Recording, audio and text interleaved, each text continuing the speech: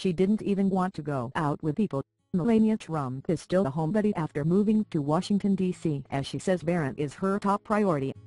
2 weeks into her new life as a full-time Washingtonian, Melania Trump is staying true to her reputation as more homebody than social butterfly. Not that she hasn't been busy fulfilling her duties as First Lady and First Mom. Her top priority has been settling an 11-year-old son Barron, the first boy in the White House since John F. Kennedy Jr. more than 50 years ago.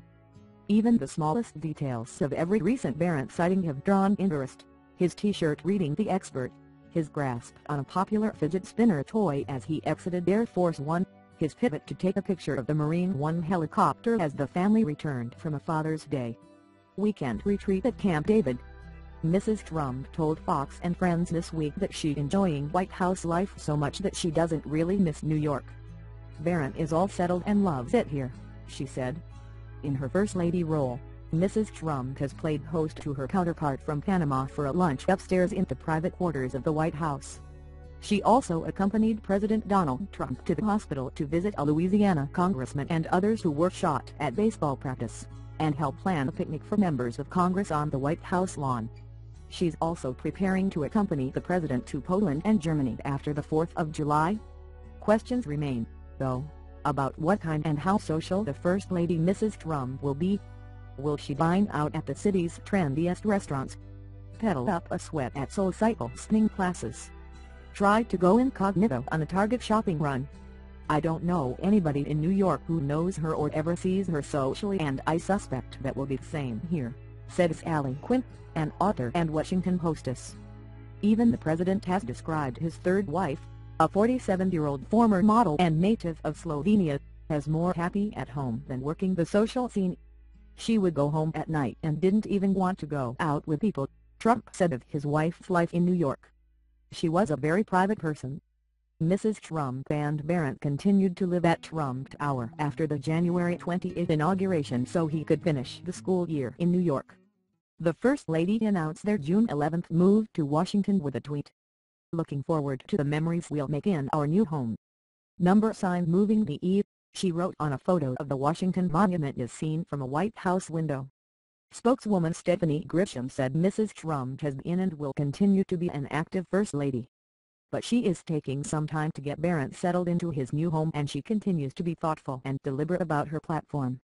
Mrs. Trump said during the campaign that she would work to combat cyberbullying as First Lady.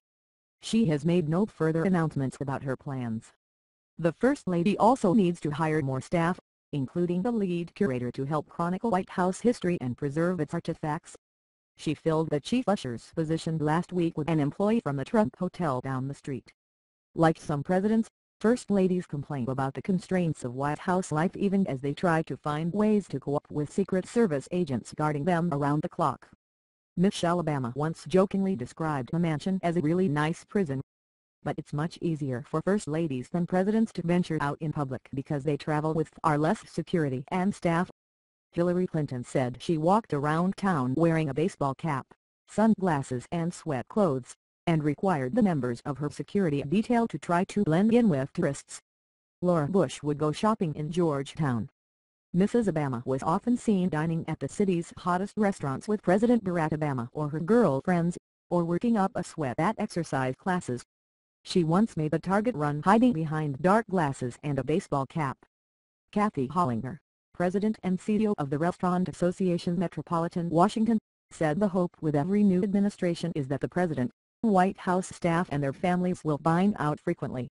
That's still only a hope when it comes to the Trumps. The president dines out occasionally when he's in Washington, but so far only at his hotel near the White House. Mrs. Trump has eaten there, too.